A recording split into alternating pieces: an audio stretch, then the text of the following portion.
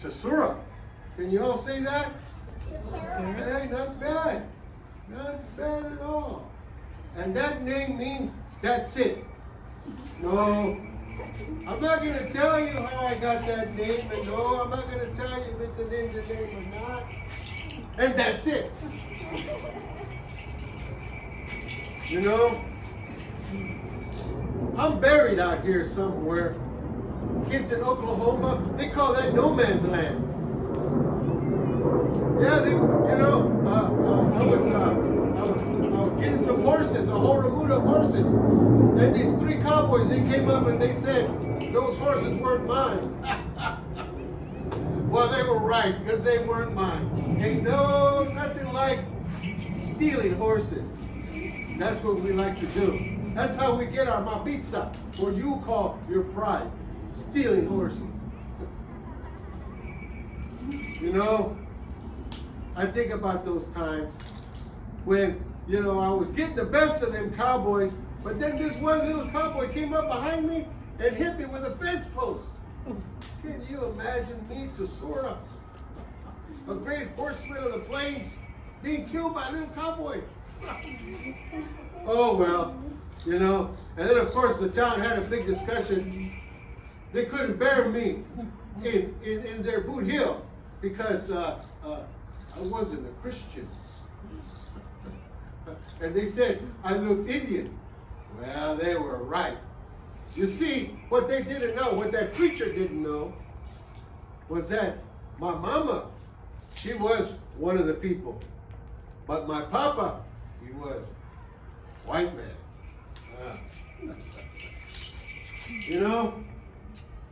I think about those times. Well, my brother, well, he wasn't really my brother. Like my compadre, we did everything together. And when my son gave him his first horse, but my son knew better to mess with one of mine. That uncle of his aura, would let him do anything. He'd run around on that horse with his legs like that. But he knew better to mess with mine. My son, my sonny boy, he died, my sonny boy. He died of sickness and sores all over his little body and fever. Most of the tribe, they got sick too. My poor son. Well, our people, Namina, Comanche, we never talk about the dead. Never. It's disrespectful. Well, I'm dead. What am I talking about? There was a time, our people, they came from the north, and they would call us the snakes. That would be the sign that you would identify yourself as a Namina, a Comanche. Nasena, Namina, I am Comanche. So, but when we got them horses, we was born to those horses. When we're a little baby like this, we put him in a cradle. And we put him on that horse. We tie him in that horse. That way he gets used to being on a horse, and it's a really good way to put him to sleep. If your mamas have any trouble putting your babies, or your big babies, the ones that get lost out in town, putting them to sleep, tie him to a horse, he'll go to sleep. Anyway, but when a man grows up, he gets his mapista, his pride, and he gets him, he steals himself a horse. When I married my brother, my compadre's sister, I gave her father 20 horses. Yeah. But now that I think about it, there was a time that we were never without horses. One tribe had over 300 head of horses. That's a lot of horses for one tribe. But we had to move around a lot. We had to move up to the Staccato, up the adobe walls into New Mexico, and once a year, we go down to Mexico. We'd cross that Rio Bravo into Mexico. And we'd steal the horses and the mules. And if we saw a man or a young man that knew how to work with horses, we'd take them too. Everything that we needed. We'd get those mules and we'd give them to the women. And the horses, the best ones we'd keep, and the rest we would trade. We would trade for gunpowder, for our rifles. We would trade for pots for the women folk to cook. Whatever we needed. And the only reason we let people in, the Texans, the Taibo, into this land, because they raised some good horses. Them Texicans raised some good horses, and we got them too. We take them. We tell them, oh, we found the horse out of the flood. But you know, when a man finally finds a maiden that he wants to marry, someone beautiful, well, he takes his best horse, his best war pony, and ties him outside his daddy's teepee. Well, if she sees that horse and she don't like him, she unties that horse and chases him off. Not only does he not get the maiden, he's got to go looking for his horse. You know, my aura, he helped me get my first horse. First I had to go, we went up into the plateaus up in West Texas, Colorado Canyon, up in the mesas.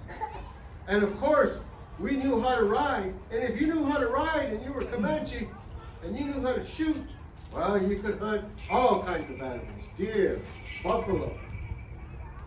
We never starved in those days. We always had plenty. Well, that day I wanted to be a man. So I took my little pony and we chased these wild horses up and down the canyon, up and down. And then we made a corral around this water hole. When they went, that lead stallion went into that corral. I wanted to be a man. I wanted to show him up. The next thing I knew, that stallion turned on me and he was chasing me. So I had to go right down the canyon. And my uncle and his brothers, they were pointing at me and they were laughing. The next thing I knew, that stallion came and bit my horse in the rump and he reared up and knocked me down. I had a whole walk to go back. And they were waiting for me. And they were making fun of me and laughing. And my uncle told them to stop. You see, I loved my uncle. Like I said, he helped me get my first horse. You know what you do is a horse, he'll go out and they'll eat on that grass, and then when they're thirsty, they'll come all the way back to that same water hole. They had this big mesquite tree around that water hole, and we waited. And we saw this beautiful pink stallion come in. Oh, he was beautiful.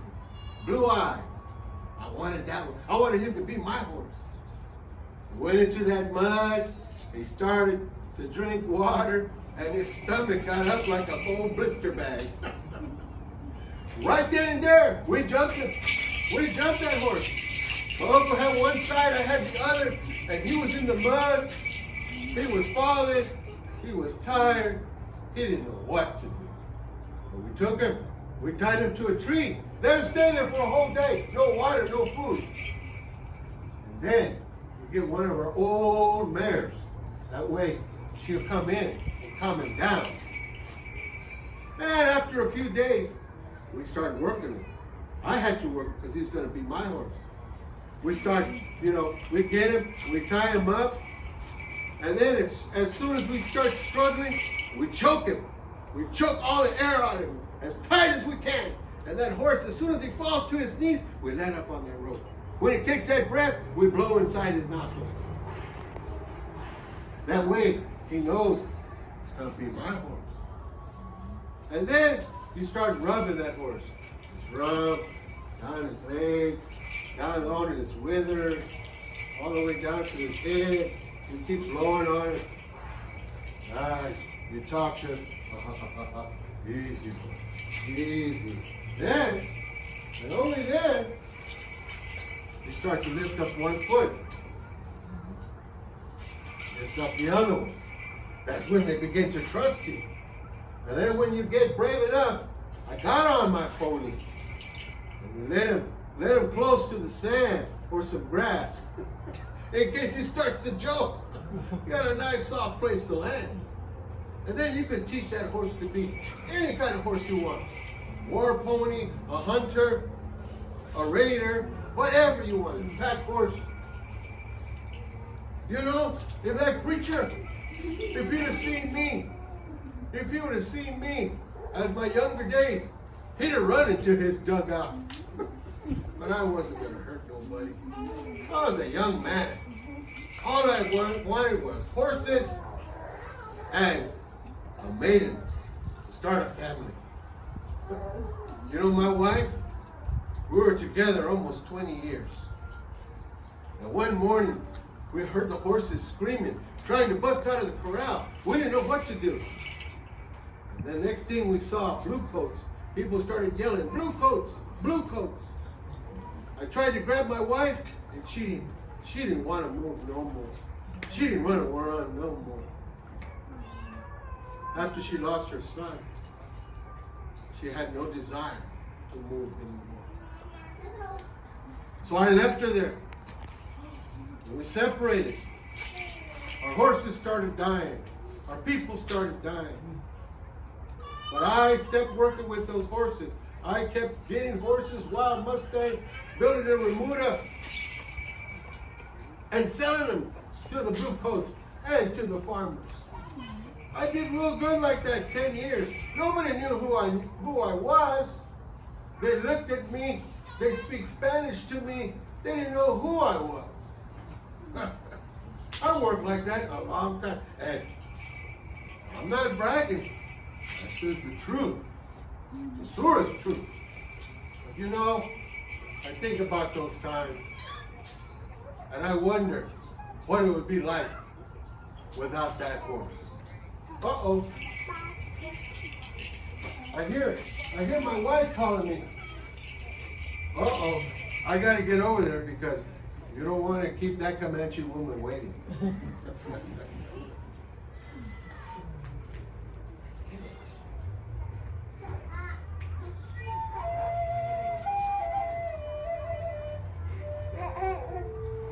Comanche remembers.